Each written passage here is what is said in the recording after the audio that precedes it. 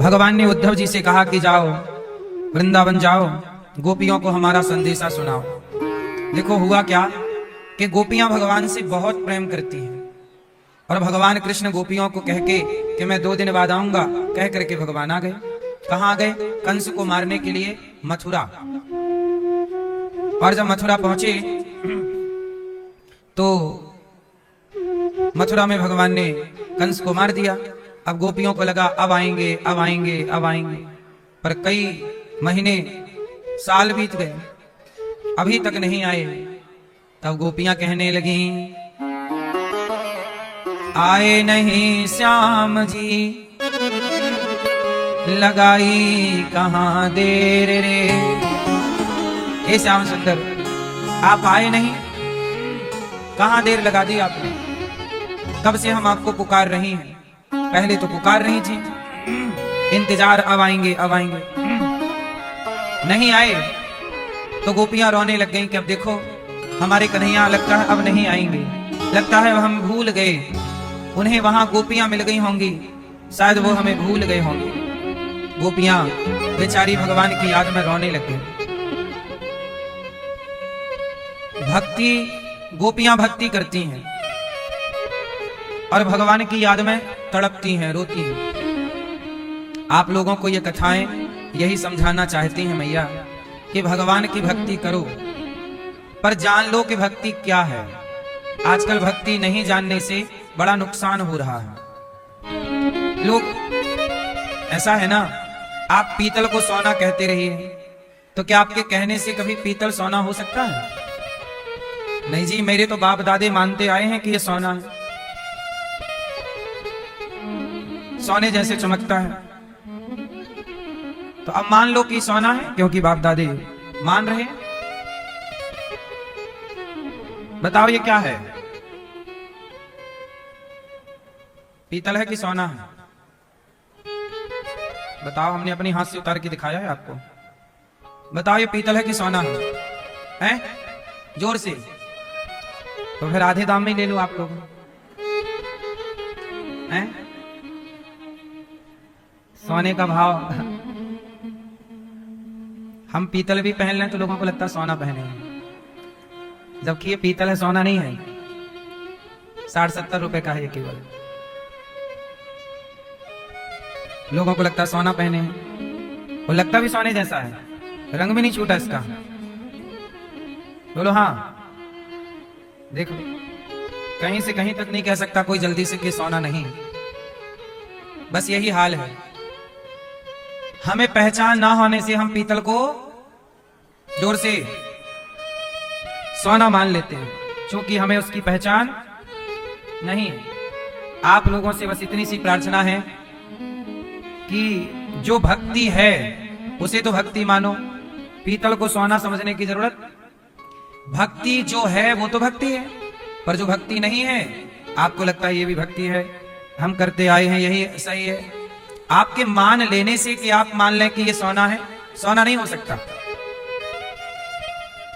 भक्ति क्या है? तो गोपियों का ये प्रसंग बताएगा कि भक्ति क्या है। तो सुनो, गोपियां कहती हैं कि हम तो पूजा जानती नहीं, पाठ जानती नहीं, जप तप साधन जानती नहीं, तो क्या जानते हो आप? बोले हम भगवान की याद में केवल रो सकते हैं। तो अच्छा रो। अच्छा एक बात बताओ, ध्यान करने से ज्यादा ध्यान लगता है भगवान का, कि पूजा करने से ज्यादा ध्यान लगता है, कि पाठ करने से ज्यादा ध्यान लगता है, कि मंदिर जाने से ज्यादा भगवान में ध्यान या मन लगता है, या भगवान के लिए रोने में ज्यादा ध्यान लगता है? बोलो। अरे पूजा में ध्यान लगाना पड़ेगा। बोलो हाँ। पाठ में ध्यान लगाना पड़ेगा, ध्यान में भी ध्यान लगाना पड़ेगा, लेकिन जब ध्यान लग जाएगा तभी व्यक्ति भगवान के लिए रोएगा। ध्यान लगेगा ही नहीं तो रोएगा नहीं। तो भगवान की याद में रोने का तात्पर्य है कि ध्यान लग चुका, अभी आप ध्यान लगाने की श्रेणी में हैं, और रोने वाले ध्यान लग चुका की श्रेणी में है। एक स्टेप आगे, एक कदम। इसलिए गोपियां भगवान की याद में रो रही हैं, आप ध्यान लगा रही हैं, ध्यान लगा रहे हैं, और जिसका ध्यान लग गया वो रो रहा है। बच्चा खिलौने के लिए कब रोता है? जब खिलौने में ध्यान लगा रहा होता है कि लग चुका होता है? हैं? लग चुका, अब उसे वही चाहिए, अब उसके लिए रो रहा है। जब ध्यान लग जाएगा तब ना बच्चा रोएगा। देखा ही नहीं खिलौने को तो रोएगा ही नहीं वो, है ना? तो ध्यान लग गया तो रोना स्टार्ट हुआ। ऐसे ही जो भक्त भगवान की याद में रो रहा हो, समझ लो कि यही है जो ध्यान लग चुका है इसका। अभी आप रो नहीं रहे हैं, मतलब अभी ध्यान लगा नहीं। भरत जी रो रहे हैं, राम जी वनवास चले गए, अपनी मां को डांट रहे हैं, वनवास क्यों भेज दिया, वो तो मेरे प्राण है, मैं मर जाऊंगा। चले लेवाने के लिए, राम जी से बोले कि प्रभु हम आपके बदले जंगल रहेंगे 14 साल, आप चलो। राम जी बोले नहीं, चलो नहीं। भरत जी रो रहे हैं राम के लिए, गोपियां रो रही हैं कृष्ण के लिए, मीराबाई रो रही हैं कृष्ण के लिए। जहां रोना है वहीं प्रेम है, जहां आंसू है वहां प्रेम है, जहां आंसू नहीं है वहां प्रेम, बताओ है कि नहीं मैया? अच्छा, गोपियां रो रही हैं, आपसे मैं इतनी सी बात कहना चाहता हूं कि आप लोग भगवान को खूब पानी चढ़ाती हो, जय जय जय, एक लोटा जल चढ़ा दिया अच्छी बात है, फूल चढ़ा दिया अच्छी बात है, तुलसी चढ़ा दी, बेलपत्र चढ़ा दिया बढ़िया है ना? मिठाई लड्डू चढ़ा दिया, रुपया पैसा चढ़ा दिया, सब ठीक है। फल चढ़ा दिए, केला सेब अनार पपीता सब चढ़ा दिया, लेकिन कभी आपने सोचा है कि इन सब की जरूरत भगवान को है? आज लोग बेलपत्र ले जाते हैं, तुलसी ले जाते हैं और भगवान के पास जाके ऐसे फेंक देते हैं। माला ले जाएंगे और माला ऐसे बिहारी जी के मंदिर में जाके कुछ लोगों को हमने देखा, ऐसे माला लेंगे फेंक देंगे दूर से भगवान जी की ओर। अब आप बताओ, आप जयमाला में खड़ी हो और आपका होने वाला पति माला आपके मुंह पे फेंक के मारे, ले हो गया जयमाला। फिर आप भी माला ले, ले ले तेरे को भी मैं देती हूँ एक माला, ए माला दे फेंक के मुंह पे, हो गया जयमाला। ऐसे ही होता है? सही है ऐसा?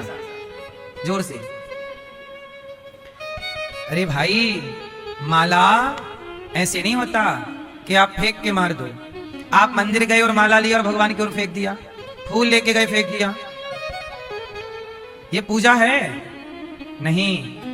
क्या है ये आपने औपचारिकता फॉर्मेलिटी निभा दी, अपना काम पूरा कर दिया, तो फिर कैसे माला पहनाए? ये तरीका जो है ये गलत है। आप लोगों को लगता है कि यही पूजा है, ये पूजा नहीं है मेरी मां। तो फिर क्या है? पागलपन, अज्ञानता। तो सही तरीका क्या है? अच्छा बताओ, भगवान फूल माला के भूखे हैं, रुपया पैसा के भूखे हैं कि भाव के भूखे हैं? तो भाव से माला चढ़ाओ। अब भाव से कैसे चढ़ाओगे? आओ हम वो माला कैसे भाव से चढ़ाना है, आओ हम भाव की ओर ले चले। देखो होना क्या चाहिए, सही नियम क्या है। चलो आप लोग जरा सावधानी शांति से पालथी मार के बैठो, रीढ़ की हड्डी सीधी करो, हम आपको बताएं कैसे पूजा करनी चाहिए। सब लोग आंख बंद करो और जैसा जैसा हम कहें वैसा वैसा भाव बनाओ, इमेजिन करो।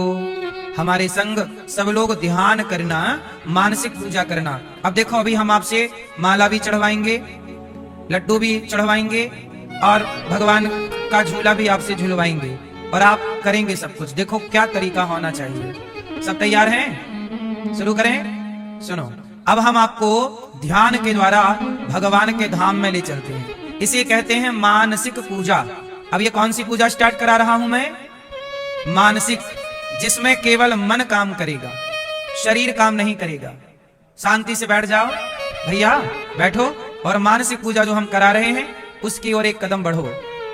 सब लोग आंखें बंद करो, आंखें बंद करके अब हमारे संग चलो। सब लोग यमुना जी, सब लोग ऐसा भाव बनाओ कि हम यमुना जी स्नान कर रहे हैं। सब लोग इमेजिन करो कि हम यमुना जी नहा रहे हैं, स्नान यमुना जी का करके अब हम शुद्ध सुंदर कपड़े पहनकर अब हम बिहारी जी के दर्शन करने के लिए जा रहे हैं। सब लोग चलो, भाव सब लोग बनाओ कि हम यमुना जी स्नान करके कपड़े पहनकर सुंदर अब हम बिहारी जी की ओर चल रहे हैं।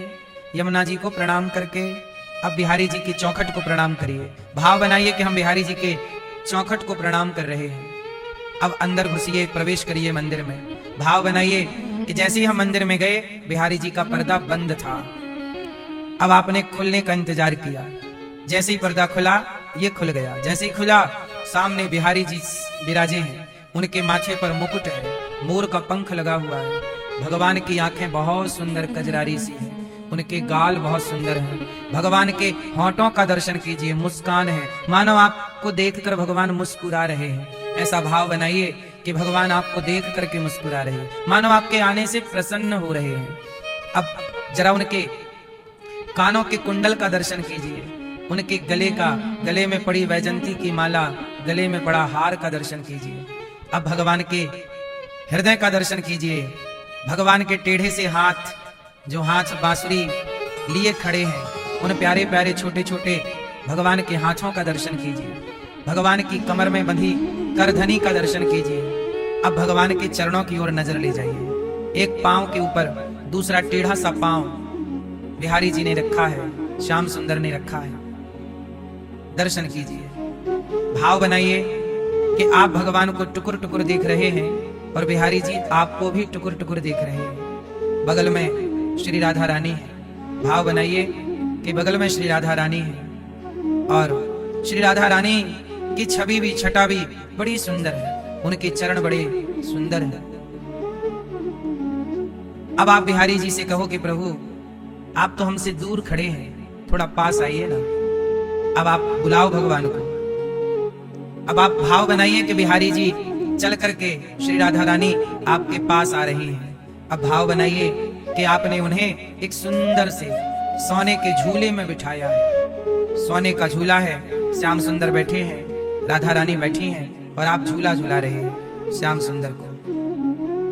अब कन्हैया झूला झूल रहे हैं, आप झूला झूला रहे। भाव बनाइए कि आप प्रभु को अपने हृदय के मंदिर में बिठाए हैं, हृदय के झूले पर बिठाए हैं और मन मंदिर के झूले पर आप भगवान को बिठाकर झूला रहे हैं। तभी श्याम सुंदर ने कहा कि झूला ही झूलाते रहोगे, कुछ खाने को नहीं दोगे। अब आप भाव बनाइए कि भगवान को भूख लगी है, इसलिए हम जल्दी से भोजन तैयार कर रहे हैं। मोतीचूर के लड्डू तैयार कर रहे हैं, भगवान के लिए बढ़िया खीर बना रहे हैं। अब भाव बनाओ कि एक थाली पर आपने लड्डू, खीर, इमरती, पूरी, सब्जी तैयार की और अब भगवान के सामने बैठकर आप भाव बनाइए कि हम अपने हाथ से भगवान को लड्डू खिला रहे हैं, रोटी खिला रहे हैं, खीर खिला रहे हैं और बिहारी जी हमारे हाथ से लड्डू खा रहे हैं। श्री राधा रानी हमारे हाथ से लड्डू ग्रहण कर रही हैं। भाव बनाइए, भगवान को भोजन कराइए। भगवान कहेंगे कि लो, हमने तो खा लिया, थोड़ा तुम खाओ, तो वो प्रसाद आप पाओ। अब भगवान आए हैं ना, तो उन्हें माला तो पहनाओ। अब भाव बनाओ, कौन सी माला पहनाओ। चलो चलते हैं एक सुंदर से सरोवर में, वहां कमल के पुष्प खिले हुए हैं। उस सरोवर से हम जाएं और कमल के पुष्प ला रहे। भाव बनाइए कि हम कमल के पुष्प ला रहे हैं एक सुंदर से सरोवर से और हम स्वयं कमल के पुष्पों की माला बनाकर।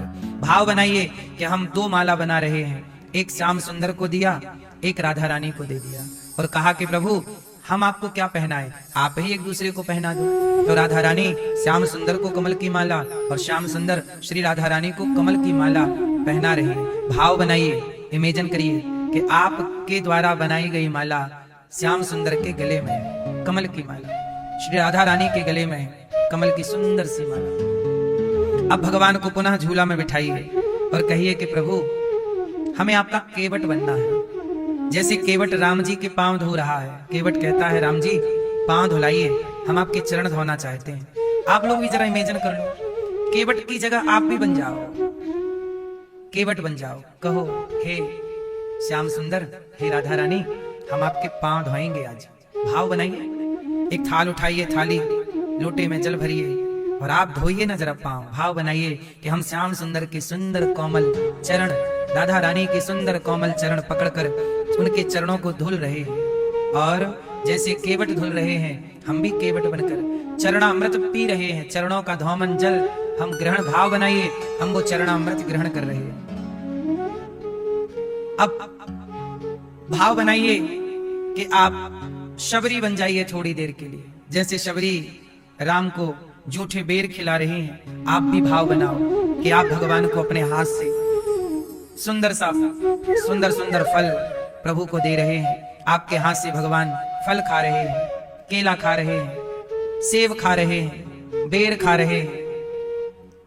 भगवान आपके हाथ से हर वस्तु ग्रहण कर रहे हैं। अब भाव बनाइए कि आप भगवान को प्रेम से पुनः झूला झूला रहे हैं। अब भाव बनाइए कि प्रभु कहो कि हे श्याम सुंदर, जब आप त्रेता में राम बने तो आप मुझे राम का दर्शन कराइए ना। आप कैसे लगते थे त्रेता में, तो जो श्याम सुंदर और राधा रानी झूले पर हैं, भाव बनाइए कि अब वो राम और सीता के रूप में परिणित हो गए, प्रकट हो गए। आहा, आपने दर्शन किया।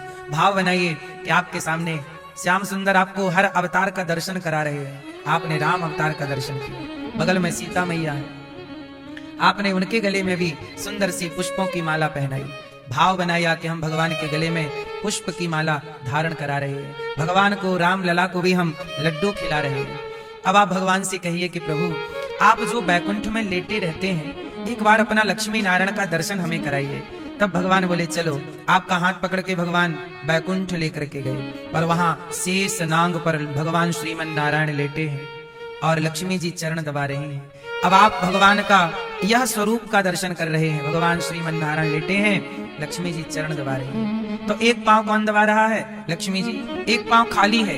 तो आप भाव बनाइए कि माँ मैं बैठ जाऊं यहाँ, मैं बैठूं यहाँ, आप भी बैठ जाइए। और दूसरा पांव भगवान के चरणों का आप दूसरा पांव दबाइए। एक पांव लक्ष्मी जी, एक पांव भगवान श्रीमन नारायण के आप चरण सेवा करिए। भाव बनाइए कि बैकुंठ के पति भगवान श्रीमन नारायण के हम चरण सेवा कर रहे हैं और भगवान हमें टुकुर टुकुर देख रहे हैं।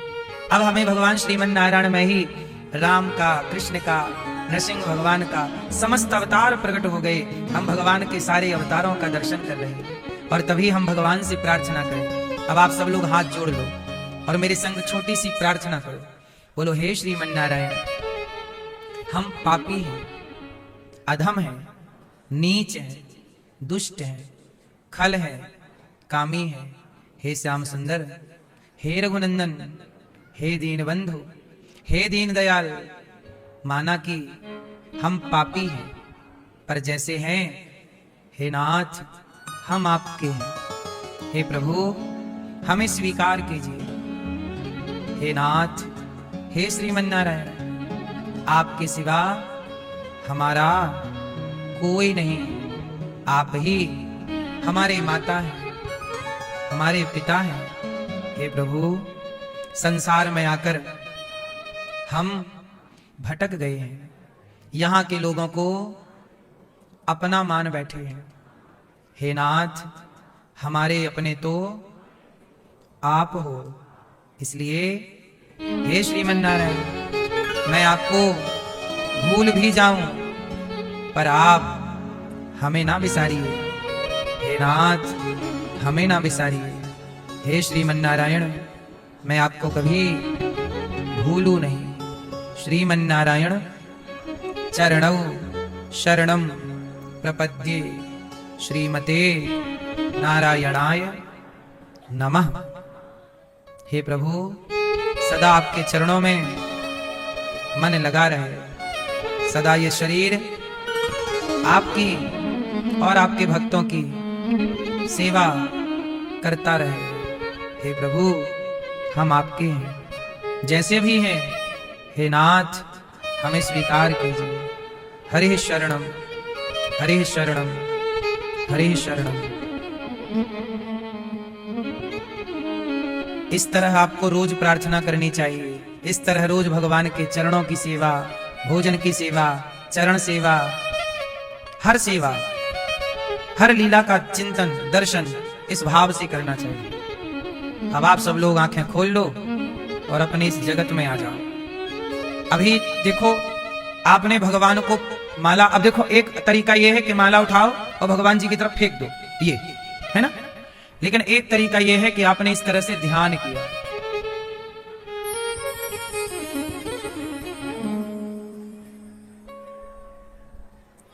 एक तरीका यह है कि आप फूल फेंक के मार दें भगवान को, और एक तरीका यह है कि ध्यान ऐसे करें कि भगवान अभी आपने ध्यान किया तो बताओ भगवान का ध्यान किया तो माला पहनाए कि नहीं? बोलो हाँ। भोग लगाए कि नहीं? चरण दबाए कि नहीं? सच बताओ कितने लोग पहुंच गए सच्ची बैकुंठ? ऐसा लगा कि हम पांव दबा रहे हैं भगवान के। ध्यान लगा? इसी को कहते हैं पूजा। यही है भक्ति। आंख खोलकर जगत को देखते हो। हम कहते हैं जब आंखें बंद करो, हम कहते हैं आंखें भी बंद मत करो। यदि तुम्हारी स्थिति ऐसी हो जाए कि खुली आंख में भगवान का दर्शन होने लग जाए, हमारे यहां तो यही है ना, भगवान को देखना है बस, चाहे आंख बंद हो या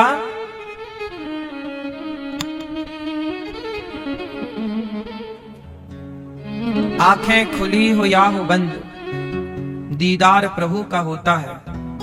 खुली आंखें हो या बंद आंखें हो, पर दर्शन किसका हो?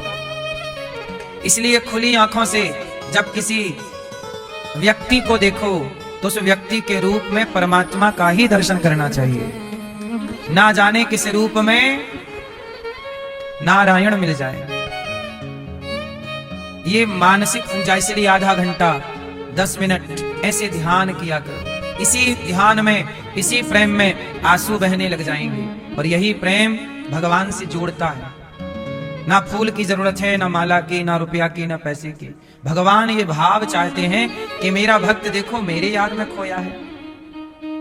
शरीर भगवान की भक्ति शरीर से नहीं होती, याद रखिएगा। भगवान की भक्ति किससे होती है? जोर से, मन। शरीर नहीं, मन। इसलिए कहता हूं शरीर कहीं भी जाए जाने दो, पर मन सदा भगवान के चरणों में लगा के रखो। हर क्षण मन भगवान में लगा रहे। ठीक है? उद्धव जी कहा घनश्याम ने उद्धव से, वृंदावन जरा जाना, वहां की गोपियों को ज्ञान का कुछ तत्व समझाना। विरह की वेदना में वे सदा बेचैन रहती हैं, तड़प कर आह भरती हैं, और रो रो कर ये कहती हैं। गोपियां क्या कहती हैं? गोपियां, है प्रेम जगत में सार, है प्रेम जगत में सार, और कुछ सार नहीं। मन कर ले प्रभु से प्यार, और कुछ सार नहीं। प्रेम भगवान को पाना है तो गोपियों की तरह प्रेम। भगवान ने उद्धव जी से कहा, जाओ उद्धव हमारी गोपियों को संदेशा दे दो। भगवान का मैसेज लेके उद्धव जी आए गोपियों को समझाने। मां यशोदा से मिले। रात बीत गई कृष्ण की चर्चा में। सवेरा हुआ, गोपियों से भेंट हुई। गोपियां भगवान से कह रही हैं, श्याम सुंदर क्या हमें भूल गए उद्धव जी? कन्हैया भूल गए? गोपियां पूछ रही हैं। उद्धव जी ने कहा, नाना आपको भुलाए नहीं तो आए क्यों नहीं? अच्छा एक बात बताओ, गोपियां ज्यादा प्रेम करती हैं कि भगवान कृष्ण ज्यादा प्रेम करते हैं? किसका प्रेम ज्यादा है? जोर से, जोर से। अच्छा ये बताओ, भक्त ज्यादा प्रेम करता है भगवान से कि भगवान ज्यादा प्रेम करते हैं भक्त से? कौन है? भक्त ज्यादा प्रेम करता है भगवान से कि भगवान ज्यादा करते हैं? जोर से। मैया कौन ज्यादा प्रेम करता है, भक्त की भगवान? तो गोपियां ज्यादा प्रेम करती हैं कि भगवान? भगवान बहुत प्रेम करते हैं। अब आप सवाल करो कि यदि भगवान प्रेम करते तो गोपियों को छोड़ते क्यों? तो आप अपने बच्चे को स्कूल में छोड़ के आ जाती हो, तो क्या आप अपने बेटे से प्रेम नहीं करती हो? छोड़ देने से यह सिद्ध थोड़ी होता है कि प्रेम नहीं है। आप भी बच्चे को छोड़ती हो ना, पढ़ने के लिए, उसके भविष्य के लिए। ऐसे ही भगवान को लीला करनी थी, कंस को मारना था। जब कंस को मारना था, ये सब व्यवस्थाएं करनी थी, तो भगवान को जाना था, जाना पड़ा।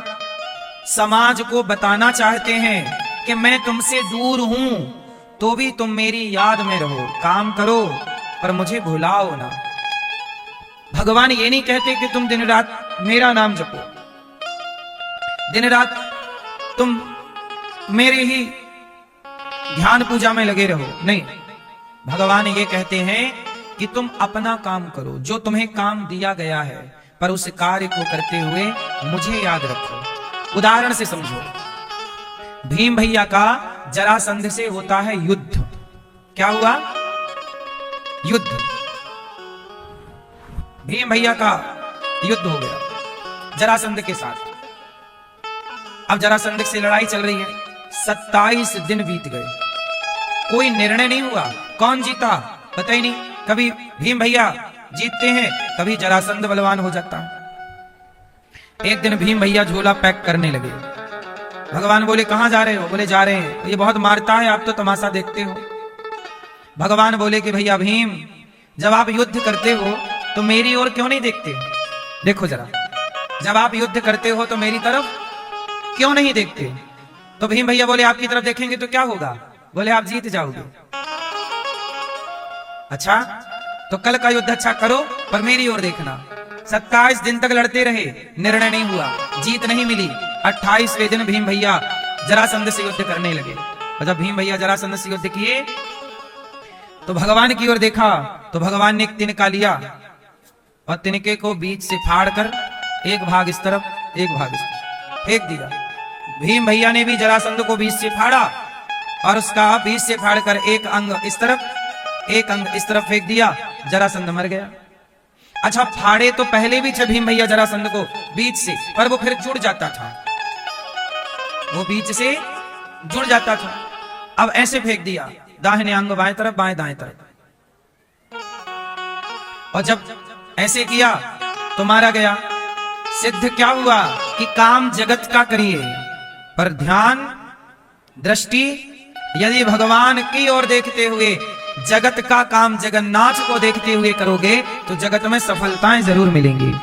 सफलताएं तब नहीं मिलती जब आप जगत में ऐसे फंसते हैं कि जगन्नाथ को ही भूल जाते हैं।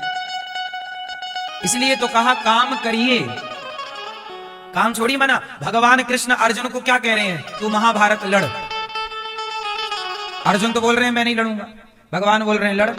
भगवान खुद कह रहे हैं कर्मण्येवाधिकारस्ते मां फलेषु कदाचन। तू कर्म कर, बिना कर्म के तेरा थोड़ा कल्याण होना। कर्म कर, लेकिन कार्य करते हुए, कर्म करते हुए मुझे देखता रह, मेरी ओर दृष्टि हो। बोलो हाँ। जैसे सूपनखा आई राम के आगे, तो जब राम जी सूपनखा से बात कर रहे थे तो बताओ राम जी किसकी ओर देख रहे थे? क्यों मैया, किसकी ओर? आप बताओ, राम जी किसकी तरफ देख रहे थे? हैं? लक्ष्मण जी की तरफ। मैया, राम जी किसकी तरफ देख रहे थे? किसकी तरफ? मैया, किसकी तरफ देख रहे थे राम जी? हाँ, जब राम जी के सामने सुंदर नारी आई, सूपनखा सुंदर बन के आई ना, तो जब सुंदर नारी आई तो राम जी ने सुंदर नारी को नहीं देखा, खड़ी सामने है, और राम जी किसकी तरफ देख रहे हैं? हाँ, गृहस्थ आदमी को अपनी पत्नी की तरफ देखना चाहिए। कहां, किसकी ओर देखना चाहिए? पत्नी की ओर। पत्नी के अतिरिक्त किसी और नहीं देखना चाहिए, और दोनों पति पत्नी भगवान की ओर देखते रहे। पत्नी के सिवा किसी और को नहीं, और भगवान के सिवा, गृहस्थ की बात करूं तो पत्नी के सिवा किसी की ओर नहीं, और जीवन भर की बात करूं तो भगवान के सिवा किसी और को नहीं। गृहस्थ की बात करूं तो पति के सिवा किसी और को नहीं। सीता मैया रावण के यहां गई तो रावण की ओर नहीं देखा। कल हमने आपको कथा सुनाई कि रावण की ओर सीता मैया नहीं देखी, किसकी ओर देखती रही? एक तिनका उठा लिया और तिनके की ओर देखकर रावण से बात की, तृण धरी ओट कहत वैदेही। तो सीता जी यही सिखाती है कि पति के अलावा किसी और ना देखो, और राम ये सिखाते हैं कि पत्नी के अलावा किसी और ना देखो, और अपने इसी गृहस्थ में मस्त रहो, और समय बचे तो देखना ही है तो भगवान की ओर देखते रहो, बस। सही है। अब तीसरा और सुनो, हनुमान जी किसकी ओर देखते हैं? किसकी तरफ? नहीं, राम जी की ओर तो देखते ही हैं, ठीक है। जब हनुमान जी लंका गए तो रास्ते में एक मैनाक पर्वत आ गया। मैनाक पर्वत बोला कि हनुमान जी आप थोड़ा विश्राम कर लो, थक गए होंगे, थोड़ा रेस्ट कर लो, विश्राम। हनुमान जी बोले कि नहीं, राम काज कीन्हे बिनु मोहि कहा। राम जी ने मुझे काम दिया है सीता जी की खोज। किसकी खोज? जब तक मैं अपना लक्ष्य पूरा नहीं कर लेता मैं किसी और तरफ देखूंगा नहीं, मैं अपने लक्ष्य की ओर देख रहा हूं। जो व्यक्ति अपने लक्ष्य की ओर देखेगा, या तो लक्ष्य की ओर दृष्टि रखो, या भगवान की ओर, और लक्ष्य की ओर भी, पत्नी की ओर भी, पति की ओर भी, और सबकी ओर के ऊपर भगवान की ओर। क्यों? अर्जुन से कहा गुरु द्रोणाचार्य ने, अर्जुन वो चिड़िया बैठी है पेड़ पर? हाँ बैठी है। उसकी आंख में निशाना लगाना है। सबसे पहले कौन लगाएगा? धर्म। दुर्योधन बोला मैं लगाऊंगा। दुर्योधन ने उठाया धनुष, रखा बाण। गुरुजी ने बोला क्या दिख रहा है? बोले गुरुजी हमें तो आकाश में भी कुछ कुछ दिख रहा है। क्या दिख रहा है? दुर्योधन को क्या दिख रहा है? निशाना चिड़िया की आंख में लगाना है, और दुर्योधन को दिख क्या रहा है? आकाश। गुरु द्रोणाचार्य जी बोले तू रख दे। धर्मराज से पूछा क्या दिख रहा है? बोले पेड़ दिख रहा, पत्ते भी दिख रहे हैं। फिर पूछा भगवान ने, भीम क्या दिख रहा है? बोले पेड़ पे फल लगे हैं, वो दिख रहे हैं मस्त। अर्जुन से कहा तुझे क्या दिख रहा है? अर्जुन ने क्या बोला? मुझे तो केवल लक्ष्य, आंख पे निशाना लगाने का आपने बोला, तो मुझे तो केवल आंख दिख रही है। इसलिए अर्जुन श्रेष्ठ धनुर्धर बने। क्यों? क्योंकि उन्हें अपना लक्ष्य दिखता है। जिन लड़कों को, जिन लड़कियों को अपना लक्ष्य दिखने लग जाएगा वो सफल जरूर होंगे। असफल वही लोग हैं जिन्हें अपना लक्ष्य नजर आता दिख नहीं रहा। जब लक्ष्य दिख ही नहीं रहा तो लक्ष्य मिलेगा कैसे, प्राप्त कैसे होगा? इसलिए सब जगह ना देखो। जो सब जगह देखते हैं वो बर्बाद हो जाते हैं। बोलो हाँ। रावण सब जगह देखता है, सब जगह देखने के चक्कर में देखो लंका में आग लग गई। हाँ, इसलिए सब जगह ना देखो मेरी मां। अपने अपने लक्ष्य को पहचानो। संसार में देखने के लिए बहुत कुछ है, पर सच बताएं मेरी मां, अच्छा आप बताओ, आप आंखें आपकी ज्यादा खुली रहती हैं कि आंखें बंद रहती हैं? आप कितना भी संसार देख लो, लेकिन सुकून तो आंखें बंद करने में ही है। जब रात को आप बिस्तर पर जाते हो तो आंख खोल के सोते हो कि आंख बंद करके? बोलो। यदि आपकी आंखें बंद ना हो, आप टुकुर टुकुर देखते ही रहे दिन रात, तो आप बीमार पड़ जाएंगे। बोलो हाँ। नींद जरूरी है कि नहीं? बस कितना भी संसार में देखने को क्यों ना हो, लेकिन सुकून तो आंख बंद करने में ही है ना? इसलिए थोड़ा आंखें बंद करके जैसे सो लेते हो, नींद पूरी कर लेते हो, ऐसे ही संसार को बहुत देख लिया, अब आंखें बंद करके जरा उसे भी देखने का प्रयास करो जिसने संसार रचा है, बनाया है। तो भगवान यही कहते हैं कि आप काम करो। डॉक्टर हो तो इलाज करो, इंजीनियर हो तो काम करो, सब। मां हो तो बेटे को। स्त्री की भक्ति क्या है? मैया ये बताओ, आप स्त्रियों की भक्ति क्या है? सुनो, आपकी भक्ति है आप अपने बेटों को पढ़ा लिखा कर संस्कार दें, उन पर ध्यान रखें, उनके पीछे पीछे रहें, अर्थात बच्चों का पीछा बिल्कुल न छोड़ें। पढ़ रहा है कि नहीं, क्या कर रहा है, किससे बात कर रहा है, कर रही है, संस्कारवान आपने बच्चों को बना दिया ना, यही आपकी भक्ति है। अब जैसे आप दिन भर माला जपो और तुम्हारा बेटा लड़की छेड़ रहा है वहां चौराहे पे, तो यमराज जी तुम्हें 3-4 कूड़ा और मारेंगे, ले चली भजन करने। तुम्हारा भजन क्या है? तुम्हारी संतान सही रास्ते पर चल पड़े, संस्कारवान बने, यही तो तुम्हारा भजन है।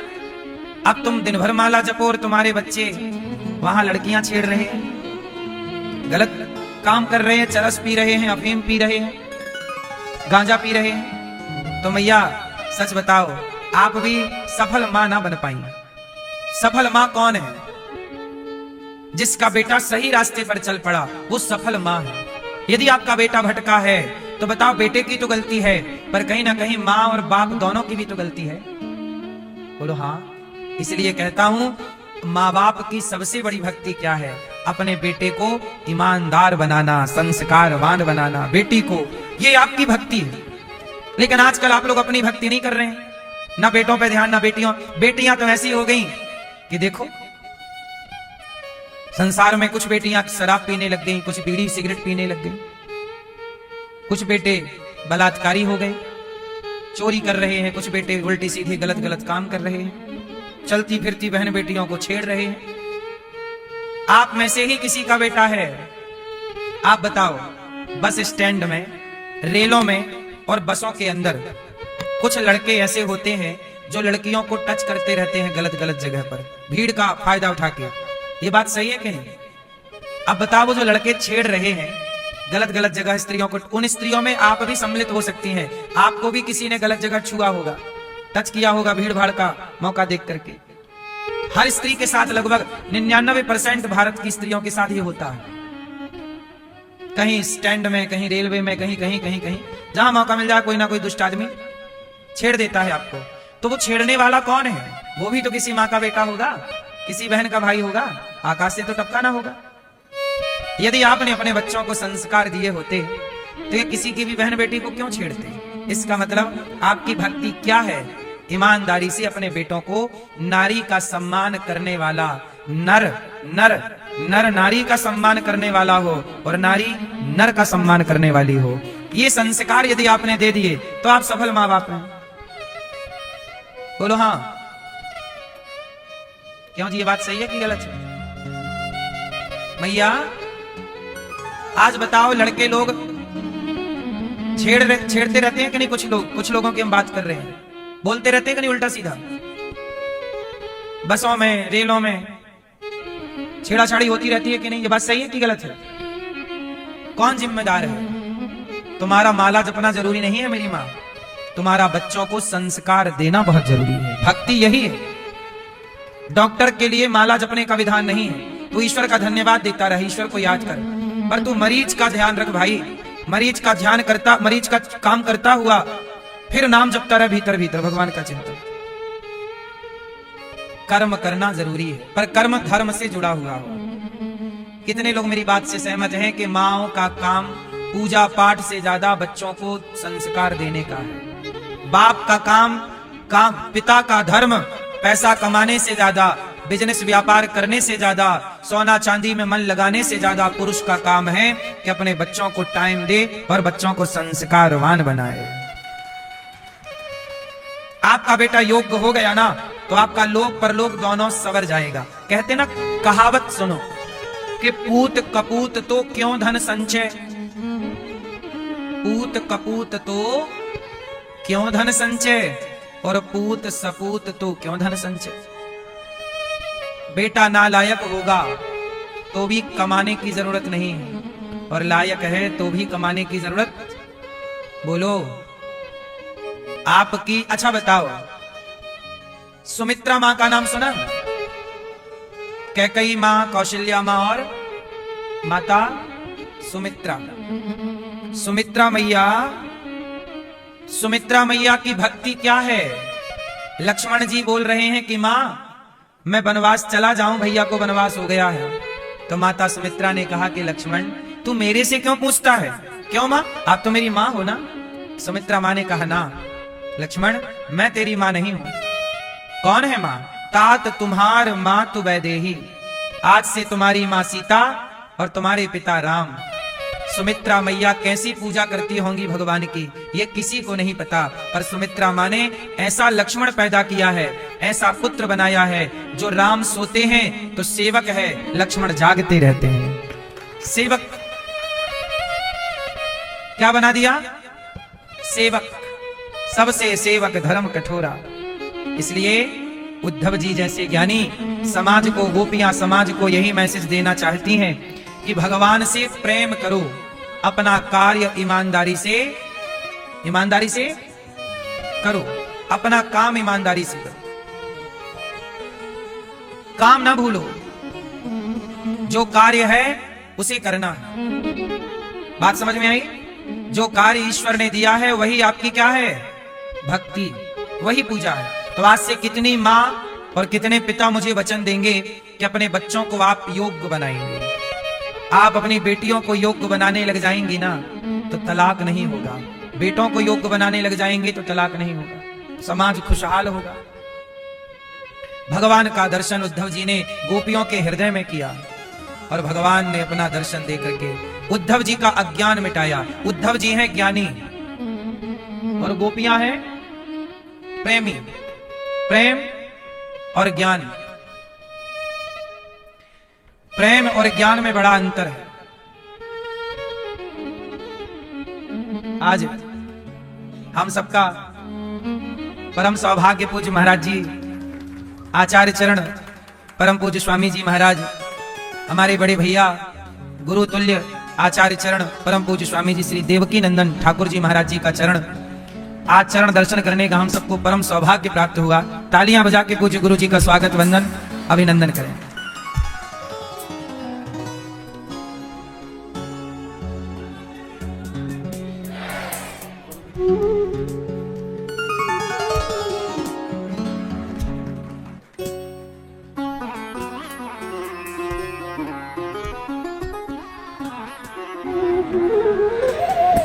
हम सबका बड़ा सौभाग्य पूज्य गुरुजी, जिनकी बचपन में ये दास अनिरुद्ध भी कथा सुना करता था, आज भी सुनता है। और ऐसे महापुरुष जिन्होंने लाखों नहीं करोड़ों लोगों को वृंदावन से जोड़ा है, ऐसे प्रियाकांत जी के लाडले परम पूज्य गुरुजी पधारे हैं। आप सब बैठ जाएं। और आज ये दास अनिरुद्ध अपने आप को कृतार्थ समझ रहा है कि ऐसे महापुरुष अनायास अचानक कृपा करके पधारे हैं अपने आप। स्वामी जी ने मुझे सूचना भी नहीं दी और अचानक दर्शन दे दिया आपने। ये अकारण करुणा है। ये क्या है? अकारण कृपा है। जैसे भगवान भक्तों पर अकारण कृपा कर देते हैं, ऐसे आज पूज्य गुरुदेव भगवान ने अकारण कृपा कर दी। अकारण करुणा वरुणालय भगवान को कहा जाता है। गुरुदेव भी ऐसे ही हमारे बड़े भैया हैं, गुरु जी हैं, सब कुछ आप ही हैं, ये समझ लीजिए। जब हम वृंदावन पढ़ने आए, उसके पहले जब हम गांव में गैया चराते थे, तब पूज्य गुरु जी की कथाएं टीवी पर आती थी और हम गैया चरा के जब लौटते थे तो पूज्य गुरु जी की कथा टीवी पर सुना करते थे। तब से हम कथाएं सुन रहे हैं और इन्हीं के बताए रास्तों पर चल रहे हैं। ऐसे महापुरुषों ने कथाओं में ही कहा है, सेवा करो, बड़े बुजुर्गों की सेवा करो। आयुर्विद्या यशो बलम, आयु विद्या यश बल बढ़ता है कब? जब नित्य हम वृद्धों की सेवा करते हैं, नित्यम वृद्धोपसेविना।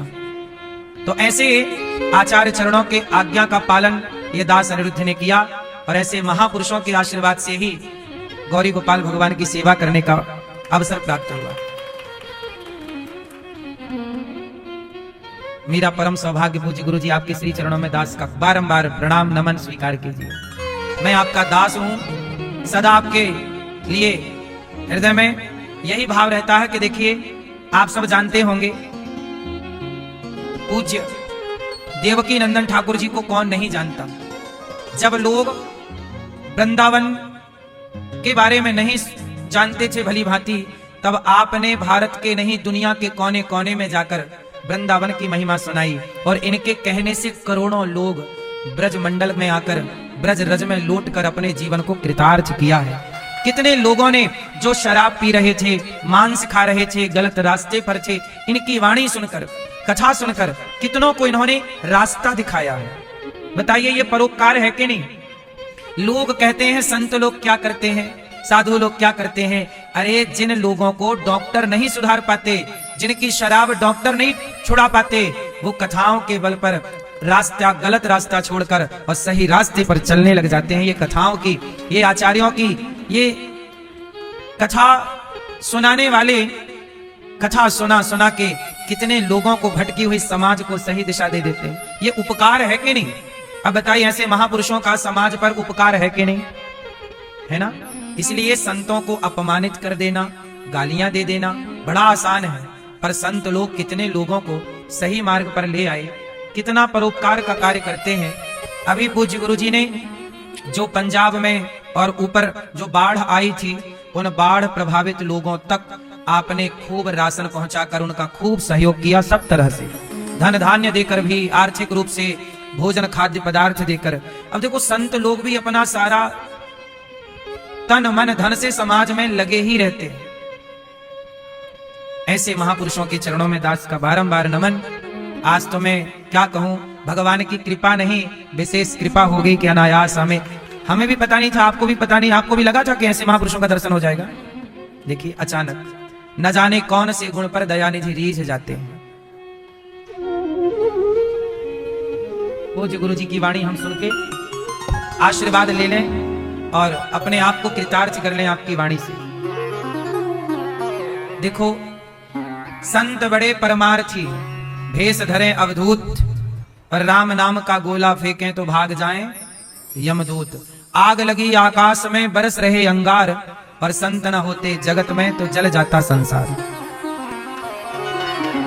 भगवान की कथा सुना सुनाकर दास अनिरुद्ध को भी आपने कथा सुनाई, और हमने भी खूब आपकी वाणी का आनंद लिया। जब हम वृंदावन में पढ़ते थे तब पूज्य गुरु जी की कथा फोगलाश्रम में हुई थी, तब यह दास गुरु जी की कथा में जाया करता था, और जैसे आप सुनने के लिए बैठे हैं ऐसे ये दास भी पूज्य गुरु जी की कथा सुना करता था। और सुन करके हमने बहुत प्रेम प्राप्त किया, ज्ञान प्राप्त किया, भक्ति प्राप्त की, बहुत कुछ सीखा है आपसे।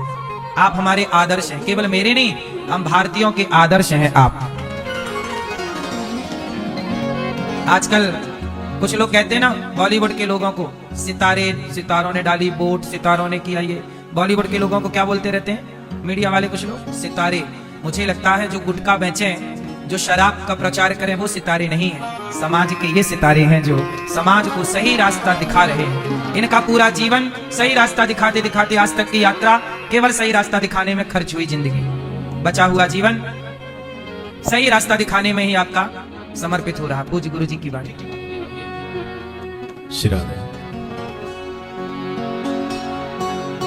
कृष्णाय वासुदेवाय हरे परमात्मने प्रणतक्लेशनाशाय गोविंदाय नमो नमः। धन्यम वृंदावनम तेना भक्ति नृत्यति यत्र च। ये पावन धरा, जिस धरा पर प्रिया प्रीतम नित्य रमण आज भी करते हैं, किया करते थे नहीं, आज भी कर रहे हैं। इस पावन धरा पर आप लोगों का आना ये आपकी मर्जी नहीं है।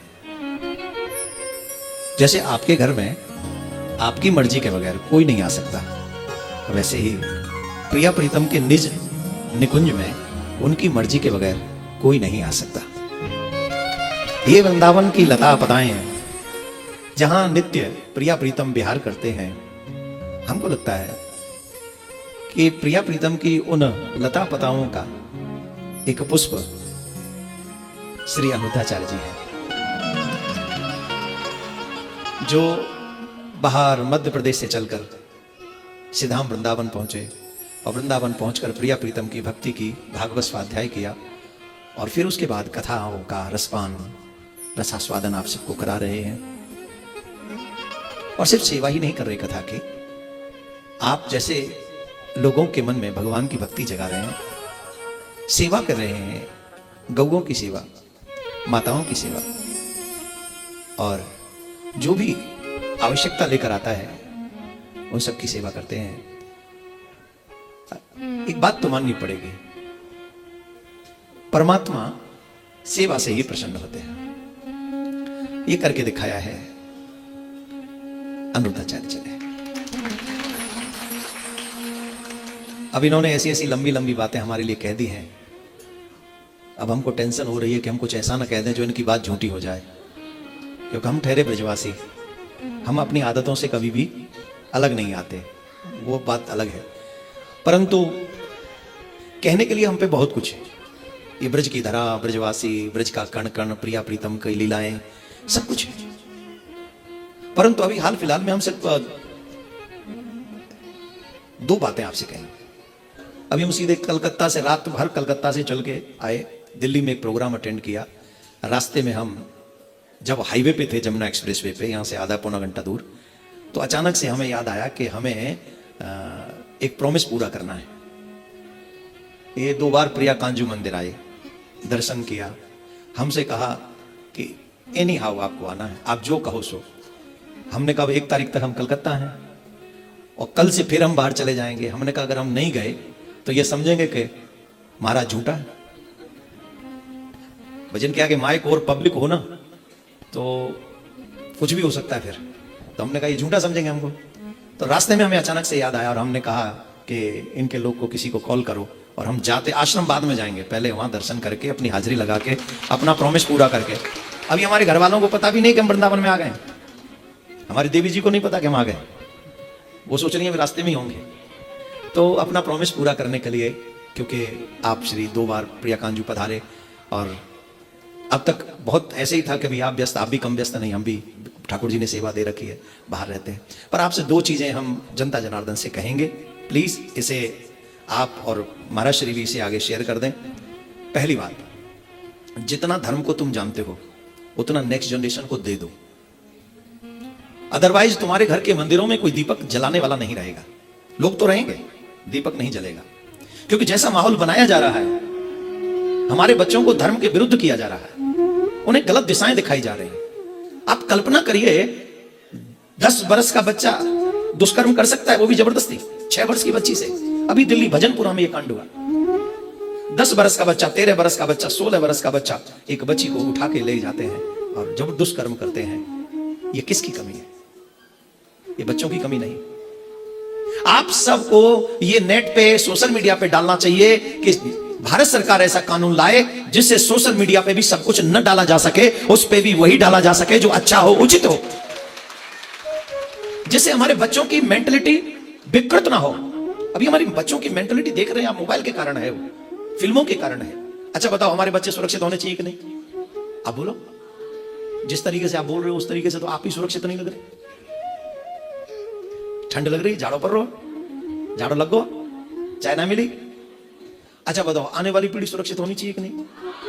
तो उसके लिए हम लोगों को काम करना पड़ेगा सबको। कम से कम हम एक पोस्ट, एक वीडियो ऐसा डालें कि भारत सरकार इंटरनेट को फ्री न छोड़े, सोशल मीडिया को फ्री न छोड़े, जो अनुचित है वो न डाला जाए, जिससे हमारे बच्चों की मेंटल डिस्टर्बेंस बढ़ जाए। ऐसी कोई चीज सोशल मीडिया पे नहीं डलनी चाहिए। अगर बॉलीवुड में सेंसर बोर्ड हो सकता है तो इंटरनेट पे भी सेंसर बोर्ड होना चाहिए। कितने लोग हैं जो हम भगवान को अपशब्द बोलते हैं, उन्हें रोकने वाला कोई नहीं। साधु संतों को उल्टा सीधा बोलते हैं, उन्हें कोई बोलने वाला नहीं, रोकने वाला नहीं।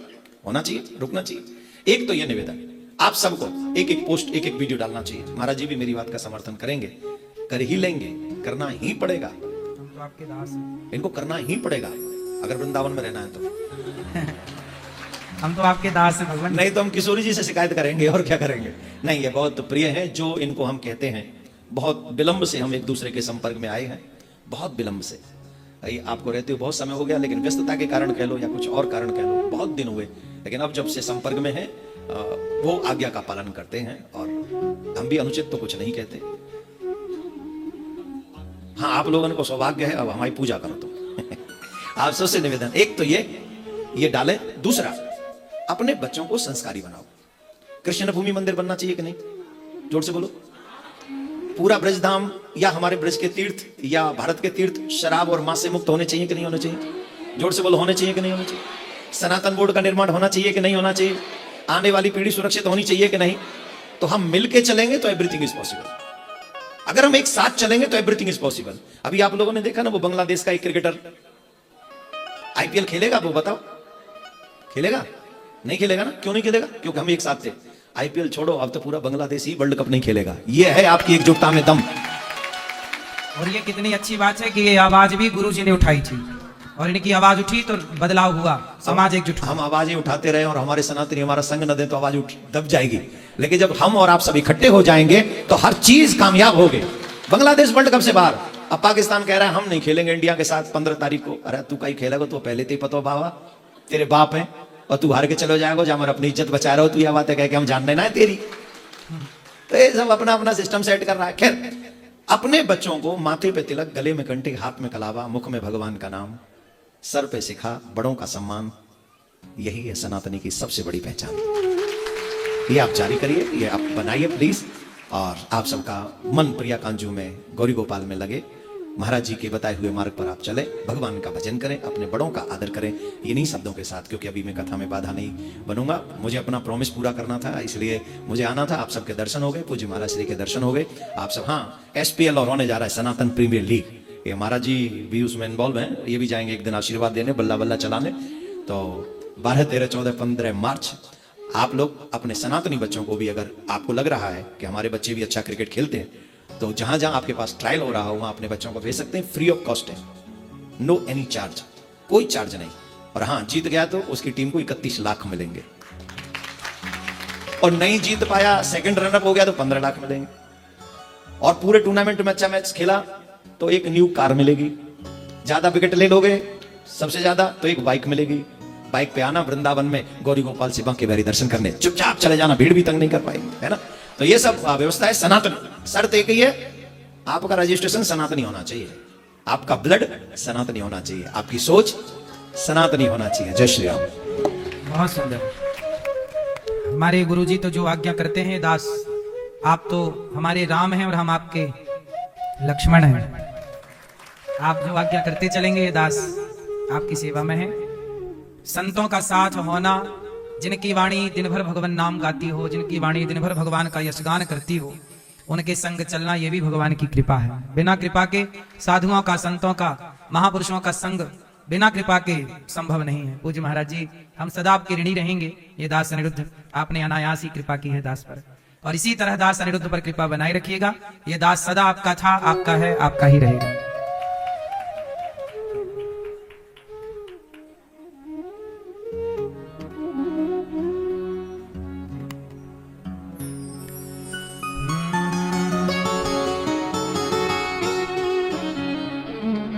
भगवान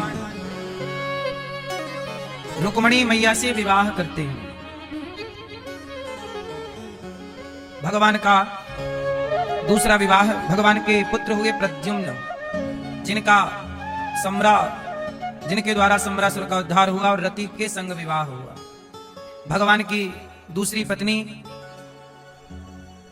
जामवंत की बेटी जाम्बवती। त्रेता युग में जब जामवंत जी महाराज राम से निवेदन करने लगे कि मेरी बेटी है, उससे आप विवाह कर लो, राम जी ने कहा मैं तो एक पत्नी प्रता हूं, पर इस जन्म में ना सही, अगले जन्म में मैं आपकी पुत्री से विवाह करूंगा। तो त्रेता वाले जामवंत जी द्वापर युग में अपनी पुत्री का विवाह भगवान कृष्ण से करते हैं। हुआ यूं कि मैया बैठो मेरी मां, हुआ कुछ इस तरह कि भगवान जरासंध, सत्राजित नाम के एक व्यक्ति थे, सूर्य भगवान को प्रसन्न किया। उन्होंने मणि सूर्य भगवान ने प्रदान की। अब सत्राजित जी ने कहा कि भगवान ने कहा कि ये मणि हमें दे दो, उन्होंने नहीं दी। उनके भाई प्रसन्न मणि पहन के जंगल गए, शेर ने मार दिया। जामवंत जी तक वो मणि पहुंची। भगवान मणि की खोज करने गए, सो जामवंत जी से युद्ध हुआ और 27 दिन तक युद्ध चला। फिर उनकी पुत्री लेकर के लौटे। भगवान का दूसरा विवाह जाम्बवती से हुआ। तीसरा विवाह, मैया शोर ना करो मेरी मां, जाम्बवती से विवाह हुआ। तीसरा विवाह भगवान का हुआ सत्यभामा से। चौथा विवाह हुआ यमुना जी से। ये जो यमुना जी हैं ये भगवान की कौन है? बोलो कौन है? भगवान की पत्नी। पांचवा विवाह भगवान का उज्जैन में हुआ मित्रविंदा के साथ। छठवां विवाह सत्या से, सातवां भद्रा, आठवां लक्ष्मणा के संग। भामासुर नाम का एक दैत्य था, उसने 16,100 कन्याओं को बंदी बना रखा था। तब उन कन्याओं, अच्छा भगवान कृष्ण के कितने बच्चे, मतलब कितनी पत्नियां हैं टोटल? कितनी मेरी मां? भगवान कृष्ण की कितनी पत्नियां हैं? 16,000। क्यों? भगवान श्री कृष्ण की कितनी पत्नियां हैं? 16। अब लोग कहते हैं कि भगवान कितनी पत्नियां, इतनी पत्नियां। अब इसका कारण हम बता दें, इतनी सारी पत्नियां क्यों हैं? आपकी कितनी पत्नियां हैं? क्यों भैया आपकी कितनी पत्नी है? हो गई शादी? एक भी नहीं है। आपकी एक, आपकी एक है, और आपकी? और भगवान कृष्ण की 16,000।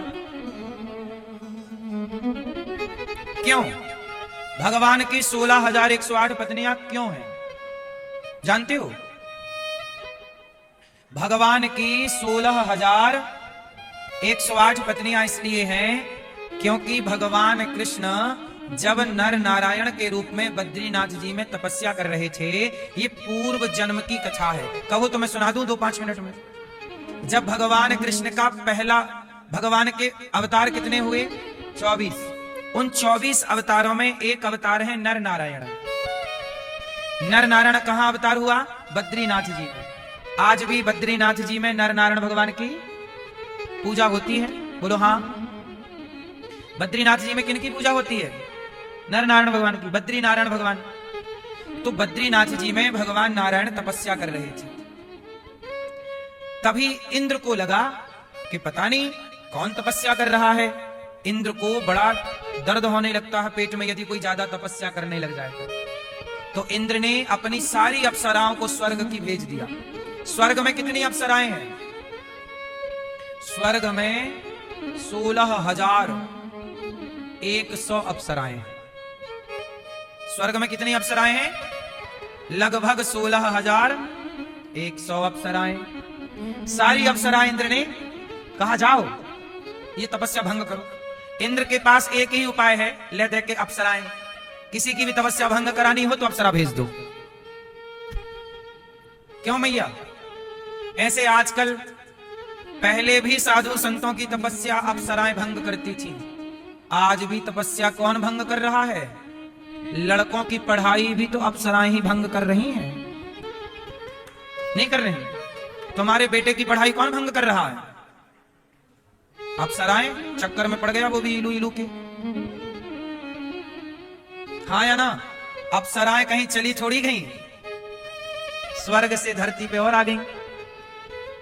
तो देख लो ना मेरी मां। इसलिए अप्सराओं से बच के रहने का। किससे बच के रहने का? अप्सराओं से बचना। नारायण भगवान श्रीमन नारायण बद्रीनाथ जी में नर नारायण भगवान तपस्या कर रहे थे। 16,100 अप्सराएं भेज दी। किसने भेज दी? इंद्र ने कहा जाओ भंग करो। अब इन्होंने खूब नाच गान किया, पर भगवान को थोड़ी भंग कर सकती हैं। भगवान तो भगवान है। अब भगवान तपस्या में लगे हैं, भंग नहीं हुई तपस्या। तब भगवान ने धीरे से आंखें खोली और देखा अप्सराओं को लगता मुझे देख के लट्टू हो जाएंगे। तो भगवान ने अपनी जांग पे ऐसे हाथ मारा है, ऐसे, और जैसे ही जांग पे हाथ पटका भगवान ने, तो एक सुंदर सी कन्या भगवान की जंघा से प्रकट हो गई, जिनका नाम है उर्वशी। क्या नाम है? जो सबसे सुंदर अप्सरा है। भगवान ने यहां प्रकट कर दी ऐसे। जब वो प्रकट हुई तो 16,100 जो कन्याएं थी ना, उनका सिर ऐसे हो गया। अरे ये तो हमसे भी कई गुना, इसके आगे हम कहां टिकेंगे। और ये तो भगवान के पांव से निकल रही है, जंघा से निकल रही है। भगवान बोले सुनो, तुम आई हो तपस्या भंग करने, तुमसे ना होगा। ये लो उर्वशी, इसे भी लेके जाओ। इंद्र को कहना कि तुम्हारे लिए भेजा है, टेंशन ना पाले। अब कन्याएं तो लज्जित हो गई। भगवान कह रहे हैं जाओ। अब वो नहीं जा रही हैं 16,100। भगवान बोले क्यों नहीं जा रही हो? उन्होंने कहा प्रभु माना कि हम आपकी दासी हैं, हम आपके योग्य नहीं हैं, पर प्रभु हम आपको पति के रूप में वर्ण करना चाहती हैं, आप हमारे पति बन जाओ। क्या बन जाओ? पति। भगवान बोले पति बन गए तो भी तो तुम तपस्या भंग ही कर दोगी, इसलिए हमें अभी तुम्हारा कोई भी प्रस्ताव स्वीकार। कन्याओं ने कहा प्रभु ना, हम आपकी पत्नी बनकर केवल परम सौभाग्य आपकी पत्नी होने का हमें गौरव चाहिए, आप हमें अपनी पत्नी होने का सौभाग्य दीजिए। भगवान बोले अभी तो मैं तपस्या कर रहा हूं और ये तपस्या मेरी अभी जारी रहेगी। मैं अगला अवतार लूंगा, जब कृष्ण बनकर आऊंगा तब तुम अवतार लेना, अभी तब तक स्वर्ग रहो। जब मैं आऊंगा तब आप भी आना और तुम 16,100 अप्सराओं को तब मैं पत्नी के रूप में स्वीकार करूंगा। तो ये तब का वचन जो दिया था, इसलिए भगवान ने इतने विवाह किए। अब लोग ये पूरी बातें नहीं जानते तो लोग कहते हैं भगवान ने ये क्यों किया, वो क्यों किया, ऐसा क्यों किया।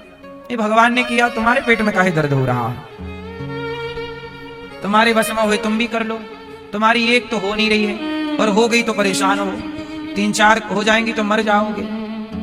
क्यों मैया? आजकल आदमी एक शादी से नहीं परेशान हो जाता? हाँ कि ना? नहीं?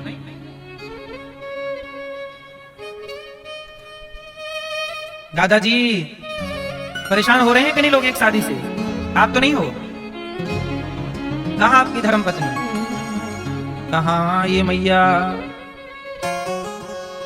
ठीक है, भगवान ने 16,108 विवाह इसलिए किए, पिछले जन्म में उन कन्याओं को वचन दिया था, अप्सराओं को सारी गवाई और भौमासुर ने उन्हें बंदी बना रखा। भौमासुर को मारा, पराजित किया, उस पर कृपा की। कन्याओं से कहा अपने अपने घर जाओ। कन्याओं ने कहा प्रभु हम आपको छोड़ के कहीं नहीं जा सकते। तब कन्या से विवाह किया और टोटल विवाह हो गए 16,100। हर रानी के गर्भ से एक बेटा 10 बेटा और एक बेटी हुई। भगवान का परिवार देखो कितना बड़ा है, इतना विशाल परिवार।